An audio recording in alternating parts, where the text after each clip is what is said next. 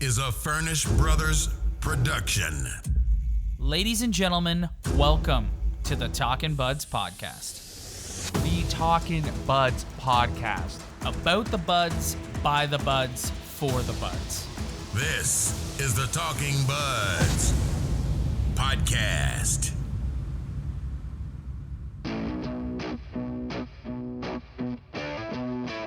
And now, here's your host, Rob and Ryan.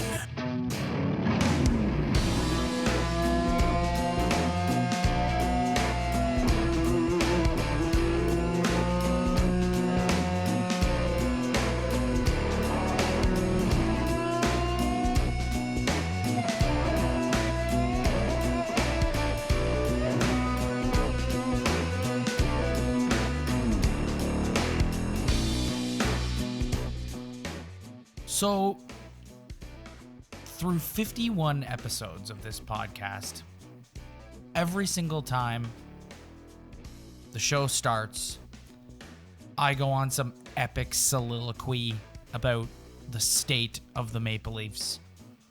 And then I throw to you. Tonight, though, buddy, I gotta give it to you right now. After Sunday in Buffalo, and then tonight, I don't know what to say. Like, I'm at a loss for words. And I'm just feeling this mixture of disappointment and anger and frustration and all negative emotions. So, I don't know. What do you think? Yeah, I think you just nailed it. Like, it's a mixture. This whole year has been a mixture. It's been one of the most up and down years watching this hockey team that I can remember. Just epic runs, epic losses, few winning streaks, lots of losing streaks, defensive play awful. Like tonight, I knew coming into the game, this is the problem right here, is I knew coming into the game they were going to get dummied. Like I should have gone all in on the Penguins before the game because I was that confident that they were going to win this hockey game, and I don't think the Leafs were in this game for a second. What about, like, why did you think that? Like, tell me why going into this game, because I had a similar feeling. I sat down tonight, and I'm like, they're not winning this game. Like, even though they said all the same things they've said every time they got dummied this year on Sunday night after they lost to Buffalo. After that game, it's just the same old, we got to be better, we got to stick together, we got to realize that we got to play a 200-foot game, be better in our own zone. And you're right. You sit down tonight, you're like, we're not winning this game. No, because I just look at the Eastern Conference standings at this point. It's deep enough in the season. We know what's good now. And there's the Bruins, the Capitals, the Pens, and the Lightning. And that's the class of the East. So the Leafs, after seeing the performance against the Sabres and even some of the past performances, even though they won against Ottawa and they've had a couple wins here or there, but like I just have no confidence in them when they're going against one of the teams that runs the East. Like I didn't feel for a second that they had a chance tonight. They got dominated all game. Like, oh my God, like it was terrible by a Malkinless Penguins. And it's just like I have such so a anyone hard who wants time. to say, "Oh, they have injuries." Like, no. Well, sorry. That's a different conversation. Like, of course, everyone has injuries, but so the Pens. You, Ryan. Like, Ryan, you have to know, I'm not in my right mind tonight. Like, I try and be rational and level-headed as much as I can on the podcast, but like, dude, I'm not. I'm done. I'm done. I've sent you this text a few times. I sent it to you on Sunday night, and I sent it to you again tonight. I'm done. I'm tired of waiting for this team to get good and figure it out and be like, oh, well, once their skill matches their work ethic and they put it all together, it's like they're not putting it together. This is what they are. 60 games. Yeah, and tonight was just an example. Like, I just, when you're just outworked, outskated, you seem like the smaller team, you lose all the battles, They don't even get a good opportunity at the net tonight. Like, it's just Pittsburgh comes out, they dominate, they work hard, they get ahead. What do they do after that? Play textbook defensive hockey, fill up the neutral zone, collapse in your own zone, flip the puck over the D, and repeat. Like, the amount of D-to-D passes I saw tonight in the Maple Leafs in their own end, like, they couldn't even get out of their own end with no pressure. And it's really concerning at this point that they just got outworked every single part of that game. Every aspect. Every single aspect. And it's just... From bell to bell. And this isn't just like, oh, this is a game in the NHL. Like, anything could happen. Like, no. We've seen enough. And anyone who actually sat and watched this game start to finish, I feel like you'll feel what we're feeling right now. For anyone who didn't watch the game tonight and are listening and just kind of saw the score and the highlights, you kind of might think we're overreacting a bit. But if you actually just watch this game tonight, which I'm sad I had to watch it, they were like, it is like, you can't be in your right mind at this point. Like, it's just like, what is wrong? Like, I'm tired of it. Like, oh my God. Like, dude, like pull it together. Like, I know. And it's just... Like, there's so many multifaceted issues. There's like the work ethic issue. There's the lack of talent in certain spots of the roster. I think at this point, it's a lack of contributions, and it's a young back end that is just getting exposed to, or a weak back end. Like, in the forwards, you got Matthews doing his thing. Like, he's potting his goals. Marner's got his points. And then after that, it's kind of, you look at everyone else, like, what's Kasperi Kapanen doing? What's John Tavares doing? Like, what is John, exactly. What is, William Nylander's gone a little cold. Like, what? Yeah. There's no secondary scoring. Like, the thing that concerns me the most, if you were to do some game tape and rewatch this game, or even the Buffalo game, it's just the amount of just like low percentage passes that goes on in the offensive zone. Like, they never get those great opportunities at the net, even though they're a very high scoring team. But when they're down like they were tonight, they couldn't get a sniff at the net. A sniff. Because that team figured out, and then if we're going to completely shut this down. And if someone does get a scoring opportunity, it's a missed opportunity, and boom, it's gone the other way. And the amount of times a opposing player, in tonight's case, a Pittsburgh Penguin, just blows around a Leaf defenseman and just gets a free shot in at Freddie Anderson. That happened. You could count on two hands the amount of times that happened tonight. Yeah. And it's like, listen, I get it. There's injuries, okay? Like, but Ryan, do you really think that if Morgan Rielly and Andreas Janssen were in the lineup tonight, it would have made that much of a difference? I think over time, like, missing Rielly has hurt them a lot, obviously, because you can't lose your number one defenseman and it not affect you. When Tyson Barrie becomes your number one defenseman, that's a problem. Yeah, and for tonight alone, though, I don't think either of those guys would have made a difference. No, that's what I'm saying. That's why right now, goal where Anderson came out after that 5-on-3, they didn't score. Yep. And they were able to make 3 passes after he gives that away. If you fire in Mighty Ducks 1 and you watch District 5 play the Hawks, that's a goal the Hawks would have scored on District 5. Yeah. Just bumbling around like a bunch of idiots while the Penguins just go in there, bang, bang, in the net.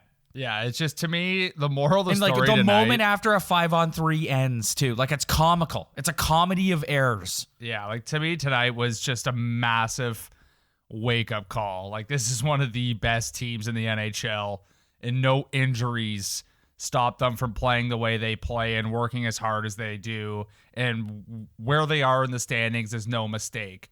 And they're legit. And they're a model team for the Leafs. Like, they're not a rough and like intimidating team like Boston, but they just like efficient, hardworking. The defensive play is great. Like, they're always got their, they're always in the lane. The personnel. Yeah, a system that fits their personnel. Like, it's just Ryan, this is a disaster. It was just another class of hockey team they ran into tonight, and it was just so obvious. It made me want to throw up. This is a disaster, And Ryan. now we're entering the territory of, like, this is how dark it is right now. Of, like, yeah, they're in a playoff spot, but, like, do I want to see them make the playoffs and just get dummied and then... Like, I don't know if I could handle it again, man. That's what I just don't know if I could do it again because you just know they're not good enough. Like, is the goal just to get into the playoffs now? Like, is that what we're shooting for? Because I really remember in training camp talking about cup windows. So, but now apparently it's like, oh, well, they're in a playoff spot. You're too negative. And it's like, but... The goal was to get, at the beginning of the year, we were saying second round or bust. They're not making it to the second round. Like, who are they beating? Look at all their potential playoff matchups. Who are they beating? Who are they taking to 7 games at this point? Yeah, this is the I'm coming unhinged. Hey, you're even losing your voice there, bud. Yeah, I'm losing my voice. I'm coming unhinged. I can't. I don't know. Yeah. I don't know. I'm tired of this. Like, it's just like you think they turn a corner and then it's just the same old crap. Yeah. Somebody made a good point to me too, that like for ownership, obviously like squeaking into the playoffs and getting those playoff gates, like that's important to the business. But for fans, like, well, there's so many problems here. Like the problem with this team is, like you said, it's the expectations coming in. That is so disappointing. Like, squeak into the playoffs all you want, but that wasn't the expectation. And this is exactly what happens when you load up all your money on top players and then you try to fill out the rest of your roster with young guys. And yes, it's nice to see what the future could hold with some of these nice guys, and they have flashes of brilliance. And then sometimes they're completely quiet and do nothing. But it's just Austin Matthews has his 42 goals or 43 goals. Marner has some points. Nylander has some points. And then after that, it's just like nothing. Like, it's just... Yeah, it's a drop-off. I don't really it's an epic drop-off. It's complete drop-off. And I don't want to go after just the whole construction of this hockey team is just no good. The salary there's cap, a culture problem here too, man. I know the analytics and stats community has no time for hearing about culture because you can't put a number on culture. But it's like, dude, there's a serious culture problem here. Like they just there's no heart. There's no fight. Like there's nothing. Like, and what I mean by that is, like, just watch the Pittsburgh Penguins. They win every battle. They're first on every puck. They understand where, like you referenced earlier, they got a lead and then they were just sat back and played a perfect defensive game, defensive system. That's understanding the situation, understanding the severity of what's going on. It's just like, after the end of every game, like, I haven't even looked at it tonight, but it'll be the same crap. Like, we got to be better for Freddie. And it's just like, but you're not. And we sit down every night and we're like, maybe tonight's the night that they figure it out. And it's like, you can count on one hand the amount of games this year where you, like, after 60 minutes, you were like, that was great. Yeah. And I just honestly, but dude, like, I'm just at a loss at this point. Like, there's so many ways to look at this. Like, someone's like, oh, they have top players, they have top superstars. And it's like, yeah, they do. And they're getting points and they're getting goals. But at the same time, they can't defend anything. And their goalie, who's traditionally has a .918 save percentage and is pretty good, his statistics are just terrible, especially after tonight. So they haven't gotten the same goaltending. Is it Morgan Riley missing? Is it a lack of defense? Is it a lack of heart on the forwards? Is it the depth? Is it the secondary scoring? Like, Ryan, it's a bit of everything. But like, it's time to have the talk about flawed roster composition. Like, it's time to have that talk. We have talked about that all year. But it's like, it's time. That's been the whole thing. I know, but I mean in the sense of, like, this general manager has really taken a gamble on something, and we've all tried to be optimistic about it because there has been instances where it's looked impressive. But I just, like, when you front load your roster like this, like top heavy as people like to say, it's like, I don't know. Well, you just start to overvalue players too. The more you spend time with them, the more they're on your team. Yeah. Like Kasperi Kapanen. Yeah, like perfect example of a guy who, like, earlier in the year and then last year, we're like, well, he's an untouchable. Can't move Kapanen. It's like, why? Yeah, I'm honestly just like, I'm at a loss for words, for thoughts. Like, it's at this point, it's just, I don't know. I'm just debating my sanity. Like, I hear somebody make a good argument about them just being in a playoff spot and that positive things, and then you head over to the negative, like tonight, and it's like, they're terrible. Like, trade everyone. I don't care. This isn't good enough. Trade everyone. I don't care. I'm scrolling down Twitter right now, and the numbers brigade is just, I gotta get off here. Like, I just don't understand. Like, please, Ryan, just like, help me out here, okay? Like, when you're doing a hockey podcast or a podcast on anything, it's the best way to go about it is to be open-minded, because you alienate a section of your audience if you just write them off, okay? So I try so hard, okay? But I don't understand how you can watch Sunday and then tonight and then come at me with a bunch of numbers about why they're still a good team.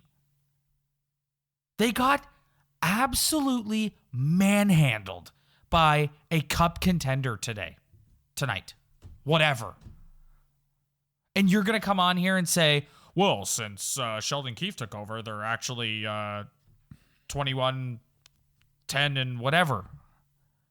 It's like, sure, okay, yes, they have a winning record since Sheldon Keefe took over. Yay. But it's like, how can you sit here tonight and say, this is the Leafs taking on a cup contending team, and they just got absolutely outclassed in every facet of the sport? Yeah, and then we're going to sit here and debate what they could do better. We do that every week. I know. We say what they have to do every week. Listen to every radio show in this city. They say the same thing. Attention to details. How many times have I heard we need attention to details this year? Every day. There are only two things about the game tonight that I liked. PPG Paints Arena playing the NWO theme song every time Pittsburgh went on the penalty kill.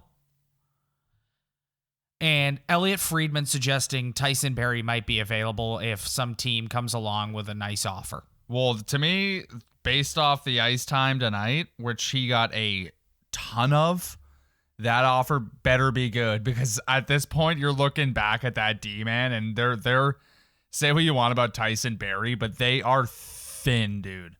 Like, they were thin tonight. They had Marincin, Sandin, and I like Sandin a lot, but like that's a tough ask for a young guy to play good minutes and have better matchups against this 2208 for Tyson Barrie. Yeah, like but Ryan, that speaks to what I've been saying. Is it's like, so what? Like, they're not winning a Stanley Cup.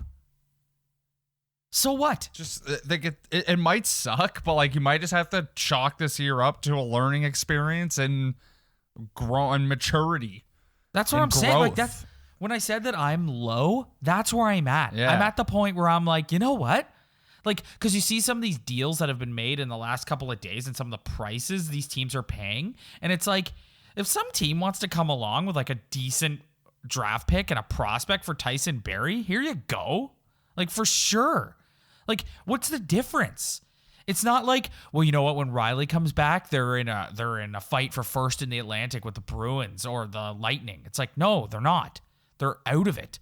They're Florida and them are fighting for who wants to golf in April right now. Yeah. Who wants to hit the links? I mean, it's to me, you got to find guys who are going to help you right away. And right away, right now, is like next year. Like, I don't know if you could be picking up a ton of prospects, even though it's always good to load up. Like, it's always good to have somebody coming. You see how many Marlies have been called up this year, which has been kind of one of my positives of the year, even though the year hasn't been very positive, is I've got to see some of these guys I've been hearing about for like 3 years, whether they're highly touted prospects or not. It's been nice to kind of get a feel of like what's there. And in all honesty, there's some flashes where it's nice. Like Pierre Engvall has a beauty game every once in a while, but at the end of the day, he's just a body out there. It's just a guy. Justin Hull, just a body out there. Like Alex no Kerfoot. Good. Kerfoot, just a body. Like so Timashov. Ryan, if like you're a team, if you're one of these Western teams that is like, you're like, this is our year, we're going after the cup, and Tyson Barrie like is on a cheap cap hit because Colorado's footing half the bill, and they come along and they say, we'll give you a first round pick, something the Leafs don't have for Tyson Barrie. Well, you got to get in the head of Dubas. So cheap. Yeah. Like what does he want? Like he's not giving up on this. No, he's not unloading anything, way. man. No way. Like he's not giving up on this. No way. Like he is going to fight tooth and nail to get this team in a playoff spot. Yeah, which is his job. Right.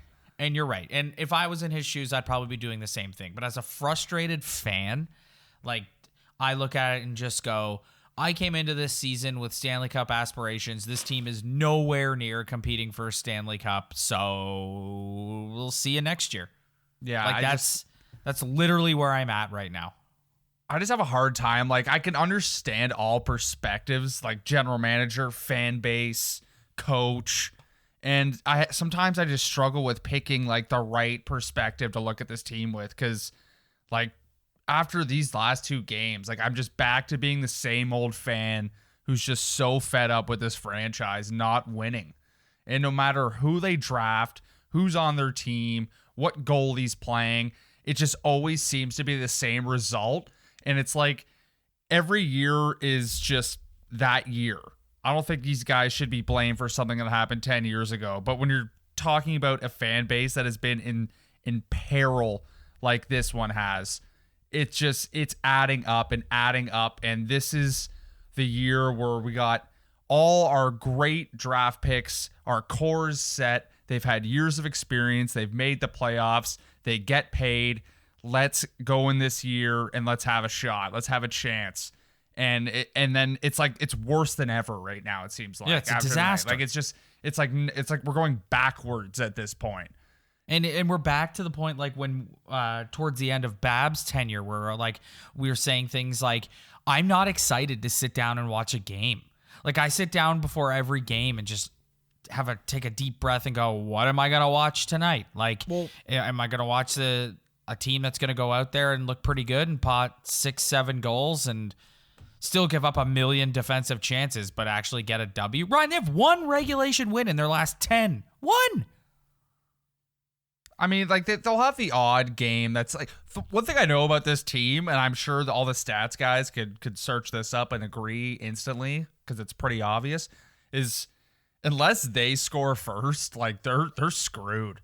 Like if they score first, I'm like, all right, this is a game. This is a game that's going to be exciting. I'm pumped for all 3 periods. They go down 2-0. See you later. Well, this is what I was getting at earlier with the culture argument. Is just like they're like, I know it's 2 different sports, but the best example is the Raptors. Like there's a team that no matter how far behind they fall, they're never out of a game. And you can just see it in the body language and the play, quite frankly, of the Maple Leafs when they fall behind. It's just like, we're done. Like, see you tomorrow. Yeah. And if you analyze the play, like what I'm seeing, and I know we're tired of telling them what to do, but like what I'm seeing right now is a penalty kill that's atrocious. Yep. Like they can't kill anything. They're getting dominated while they're shorthanded. Their first power play cannot make a zone entry. Like it is embarrassing to watch them pass the puck behind each other, behind the play, try to get in the zone, doesn't work. I actually think the second unit actually gets in the zone better than the first unit. And Well, what's going on with the first unit? Because we've been sitting here saying, Matthews has been good, Marner, Nylander, Well, when the whatever. first unit gets in the zone and they actually get their opportunities, they're okay. But it takes them, like, they waste, like, valuable minutes and seconds trying to get in the zone. And it's like somebody needs to just grab this puck, skate it through some players, open up some ice with speed, and find another open man. You're a man advantage. Like, stop just, like, slowing down the play, back pass. And another thing that drives me crazy is when they make the back pass, that thing better be on the tape, and that guy better be in full stride taking that puck. Like, don't send that back pass in the neutral zone, and the guy has to spin around to get it, and then now he's all slowed down. Like, that thing better be on the tape. It's bad. And then you got I've never seen a team make more D-to-D passes and passes back in their own end. Like, I understand you got to wait for your forwards to make a change or kind of open up the ice a little bit. But, like, if I'm watching these other teams play, they don't pass the puck backwards or make as many D-to-D passes as the Leafs do. Like, it's like, what are we doing here? Like, there's clearly teams just know how to set up in the neutral zone to shut them down at this point. Like, it's pretty obvious because the amount of back passing is insane right now. It's just a team-wide lack of experience and maturity, but mostly experience. Like, it's just like, well, it's hard to play a dump and chase game. Like, realistically, you'd love to just dump the puck and get your forecheck going, but again, like, this team might score a lot of goals off odd man rushes and other team turnovers, but when it comes to just, like, hard grinding, gotta fight for your goals, dumping the puck, win some battles, we've said it a million times, it's just they're not going to do that. They can't do it. They don't have the size. No. They looked so small tonight. Like, I've never seen them, like, yeah, they've never been tough. We've always harped on their toughness, but, like, tonight they looked like really small. Like, they got out muscled on every puck. But that's to me, that's not necessarily about, like, size. It's just Pittsburgh as a team is just like, okay, we're doing this. I know. Pucks along the boards. There's a Leaf there. I'll get it. Yeah, and this is what I'm saying. Like, this season has gone such a way that there's a cultural problem with this team, dude. Like, I'm telling you, like, there's a cultural issue. And Sheldon Keefe, no matter what happens for the rest of this season, Sheldon Keefe needs to spend the offseason thinking about how he's going to reset this right from day one of camp next year. Yeah, and it's going to be tough. Like, I just think maybe, like, you look at Sid tonight. Like, Sid's in the corner grinding it out, like, winning battles. Like, some of the passes he's made tonight, like, they're unreal. Well, is the difference obviously it's like it's Sidney Crosby, so let's not use him. But, like, is the difference between some of these other guys on the Penguins just the fact that, like, they're more mature and they just get it?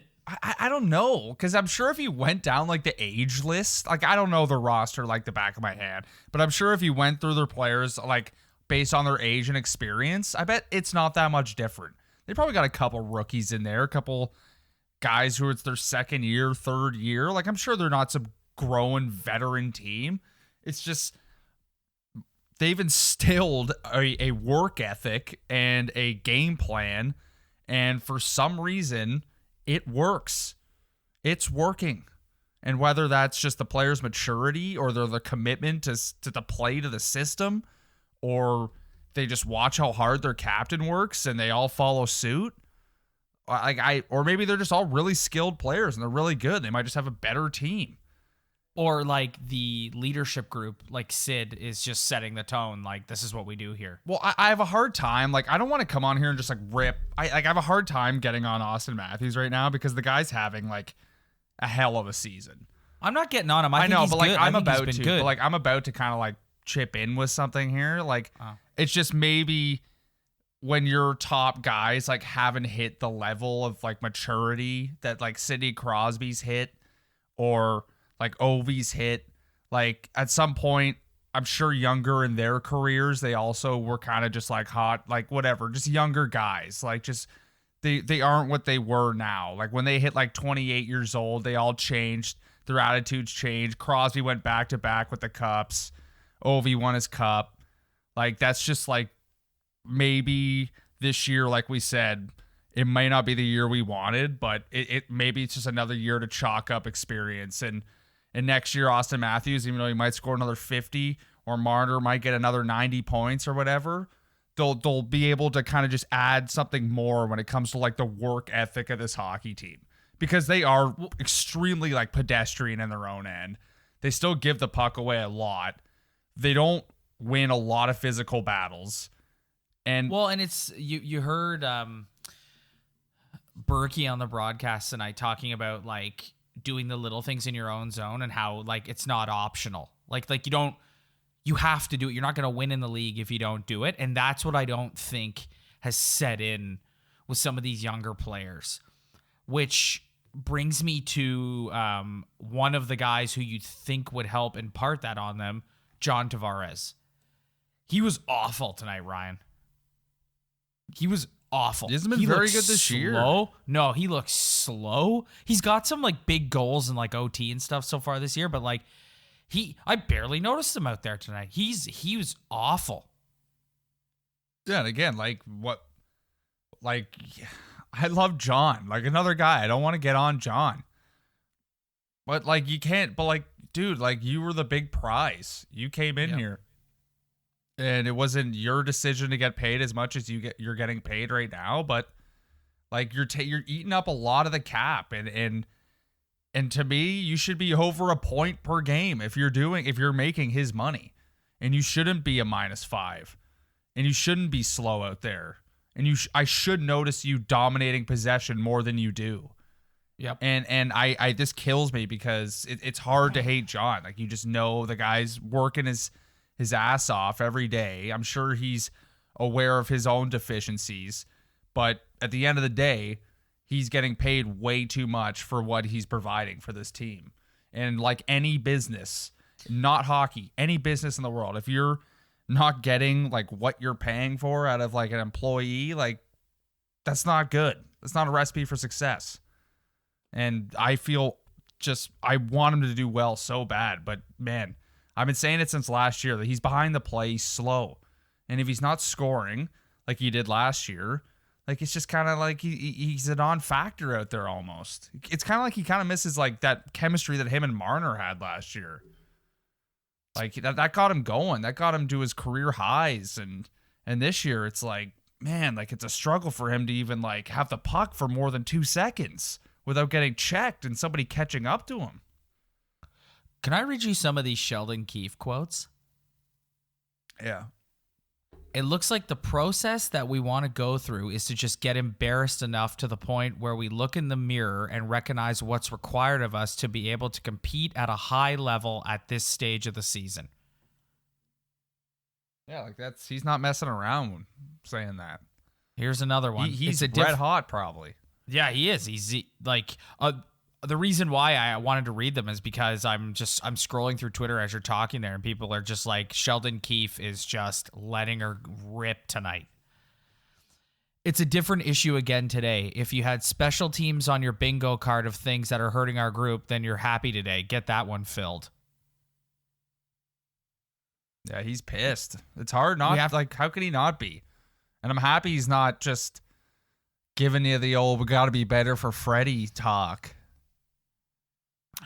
Like he probably tore a strip off them. This is from Kristen Shilton's Twitter account. She says, Sheldon Keefe addressed Leafs after the first period and said he fired all the bullets I had. From there, the team was to make the decision, especially the way that second period went. Hearing from me at that point, I don't think they'd be taking in much. Oh, man. Yeah. This and is tough. Last one. Yeah, last one. You have a team over there in Pittsburgh that's built a championship culture and what's acceptable, and we're not there. That is something, the inexperience. But we also have some very experienced players that should be more than capable of leading the way. Whoa. See, what have I been saying for the last however long this episode has been. However long we'll be talking here. 30 minutes, 30 plus minutes. This is a cultural problem, Ryan. Like, these guys don't understand, and I know some people roll their eyes at this, but it's like, you heard Ovi say it months ago. Like, you have to realize that if you want to win and have success in this league, you got to play defense, guys. Like, you can't not do it. And to me, like, as much as we don't want to blame the top guys, like, it starts from the top. Like, everything starts from the top and works its way down. Can I read one more tweet from Kristen Shilton? And this is her tweeting this. I want to get your take on this. So this is just her own opinion. The funny thing is, Sheldon Keefe is saying the same things about the Leafs that Mike Babcock did, and yet Babcock was crucified, and Keefe is applauded for his honesty and for being forthright. It's very interesting. Okay, that's trying to be that's a hero tweet right there. Yeah. Reclip the. We're not getting into this again, but just no. Just I'm always just trying to get us to do Babs impressions. Find the way Sheldon Keefe tries to explain what he's thinking, and then compare it to the way Mike did it. Yes. And to me, even though they might be saying the same things, sometimes the way you go about it makes all the difference. So that's a bit of a hero tweet, in my opinion. I'm sitting here like just so happy to see that he's commented on the culture, and it's just because to me it's like that's a huge part of the problem here. And I definitely agree that like you have a lot of your cap tied up in young inexperienced guys, but like I'm looking around the room here going like, where's John Tavares? Like, where's Jake Muzzin, the guy who is gonna sign an extension any day now? Whoa, I don't know about that. Like, where's Jake Muzzin? I do think so. I do think Muzzin is worth resigning because, to your point earlier, just about the defensive depth, like you can't, like, I know I'm contradicting myself, and the reason why I'm doing that is because I just think Tyson Barrie is just the most infuriating hockey player I've ever watched. So I'm acknowledging that I am pot calling kettle and going back and forth here, but I don't think it's smart to get rid of Muzzin at this point. But there it is. I don't know what to say, man. Like, it's just like, what else is there to say? Like, they're letting it slip away. Like, if Florida rattled off, like, let's just say Florida went on like a 4 or 5 game heater, they'd be out of it. Like, they wouldn't be out of it, but they'd be in a hole.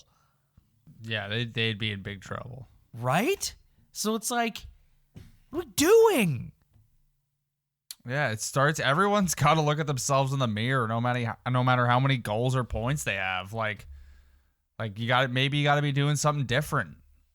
Maybe you got to stop giving the puck away in your own end and being pedestrian and like. But again, like, I'm sick of saying this. Like, yeah, I know.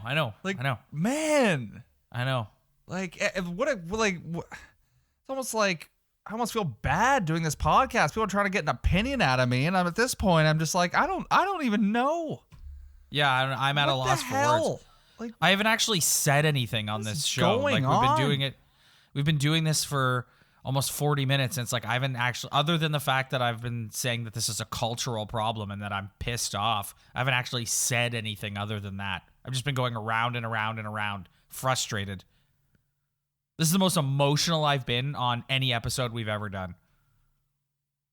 Yeah, it's man, I don't want to miss out on a playoff run. Like, don't get me, like, I know they might get dummied, but like, there's nothing better than that first round. You get to watch a couple games. So like, but at the same time, like, you got to look at reality, and it's disappointing. They got a lot of stuff they got to work on. Maybe a lot of movement in the offseason. Yeah. Or try to get some different, I don't know, like, is it the core? Is it just what's filled out around it? Is it? Well, there's going to be change in the offseason, right? This, like, regardless. I don't know who, like, I don't feel like doing that right now, speculating on who or what, but it's like, this season has been a disappointment. Making the playoffs or not making the playoffs, whatever happens, in my opinion, it's a disappointment. And so there needs to be change made. So that is for sure happening in the offseason. That I know. Yeah, and I can't even believe I'm that far ahead of when it comes to thinking, but I know. I'm already thinking about what's going to happen in the off season. Man, Great. like you could just rattle off a hot take right now and just say anything. But like I'm not confident in any take that I have right now. Cause like you don't want to blame guys who are scoring a lot of goals, but you don't want to blame guys who are just depth guys. Like it's just a bit of everybody. It's a bit of everybody needs to be doing something a little bit better and working a little bit harder. I'm making a change to the show format on the fly here. So I was just about to say, let's do a quick bums and beauties. We're not doing that. Because this has been an emotional episode, for the first time in months, we are going to do a Talkin' Buds totally unqualified take. Hit that music. It's time for Talking Buds, totally unqualified takes.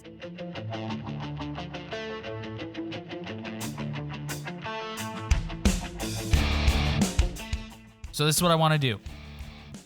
I want you to just lay a take on me. I don't care how outrageous it is. I don't care. I don't care. Just lay a take on me, because you just teed me up when you said there's so many hot takes you could throw out there right now. I've got mine. And let's tee it up by saying these are emotional. We're just saying them just cuz.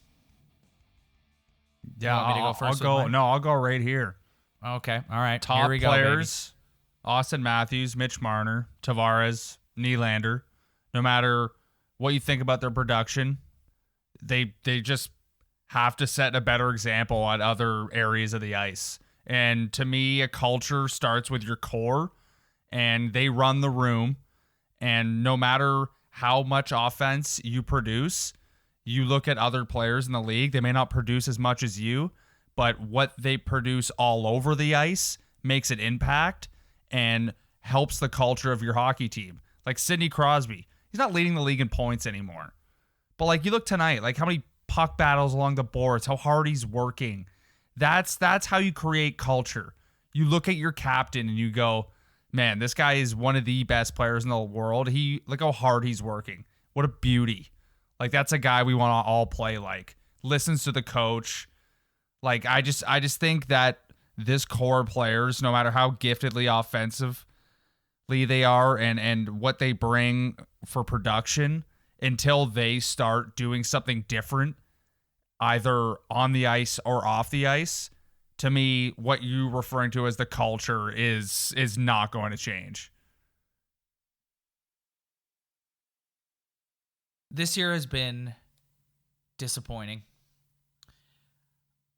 And it has shortened Kyle Dubas's runway as Maple Leafs general manager significantly. I think if they come back next year and have another year similar to this one, you could see him removed as Maple Leafs general manager by the end of next season. Yeah. And it's the only thing that makes me for me to believe that is Shanny. It's like Shanny's boy, but man, at the end of the day, Brendan Shanahan's the president of this hockey team. And he's got to do something if it's not working.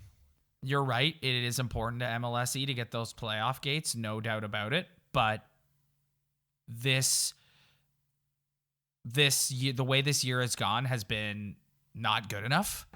And I think when he first, I don't know what he signed for years, but you got to imagine he's got the standard GM tenure, which is like, so when a GM signs, they're usually given anywhere from like 3 to 6 years, right? Unless you're Mark Bergevin and they just refuse to fire you.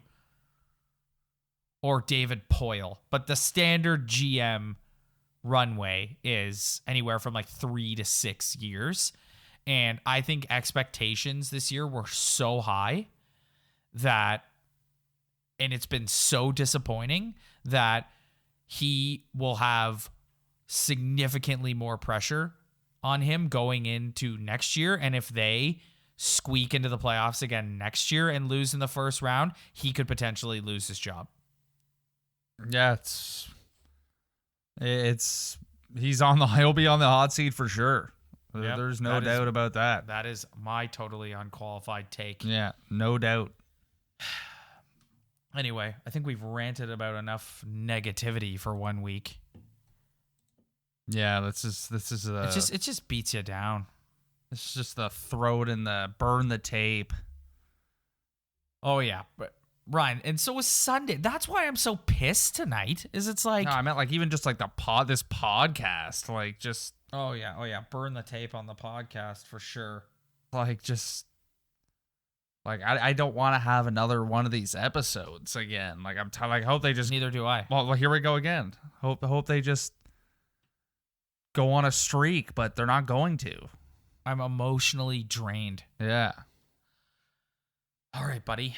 I think before we go, I just wanted to say one thing. The reason why we weren't able to do a Talkin' Buds episode last week is because my father-in-law passed away. And I just wanted to say to anyone who's listening, be nice to each other, enjoy your life, love your family, have as much fun as you can, because you just never know when your time is up. And apologies to everyone for missing last week, but I wanted to say that this week because it puts a lot of stuff in perspective when you go through something like this. And just be nice to each other. It's only hockey. Yeah, it is only hockey. Yeah. We're not saving lives here. No.